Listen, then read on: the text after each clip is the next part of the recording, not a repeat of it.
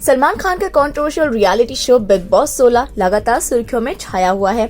हाल ही में इस शो से TV actor Gautam Vig eliminate हुए हैं। गौतम का घर से बेघर होने से उनके चाहने वालों को तगड़ा झटका लग चुका है। यही नहीं बल्कि उन्हें भी अपने इविक्शन पर विश्वास नहीं हो रहा है। ऐसे में बिग बॉस 16 के घर से बाहर आने के बाद गौतम विक ने अपनी राय सबके सामने रखी है और बिग बॉस को लेकर कई सारी बातें भी कही है।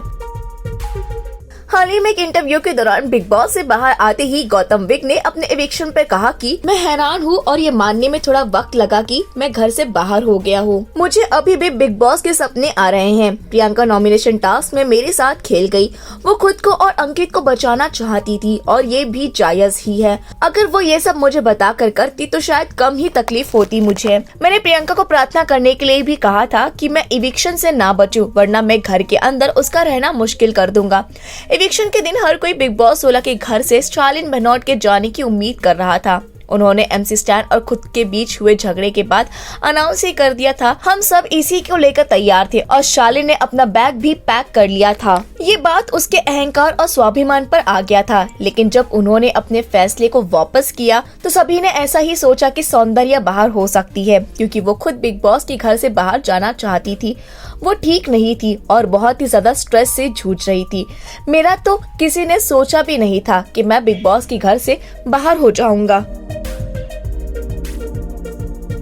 जब गौतम से सौंदर्य शर्मा संग रिलेशनशिप को लेकर सवाल किया गया तो उन्होंने कहा कि सौंदर्य और मैं पहले एक दूसरे को नहीं जानते थे। वास्तव में हम शुरुआत में काफी लड़े और धीरे धीरे एक दूसरे के करीब आए और एक दूसरे को पसंद करने लग गए।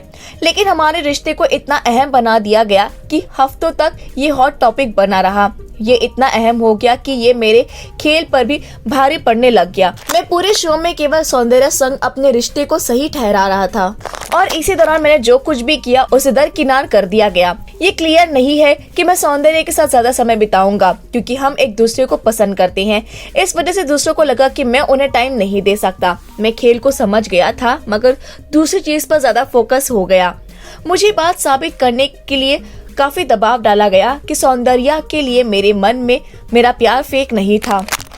150 कैमरे के सामने कोई 50 दिन एक्टिंग नहीं कर सकता। इतना बड़ा एक्टर नहीं हूँ।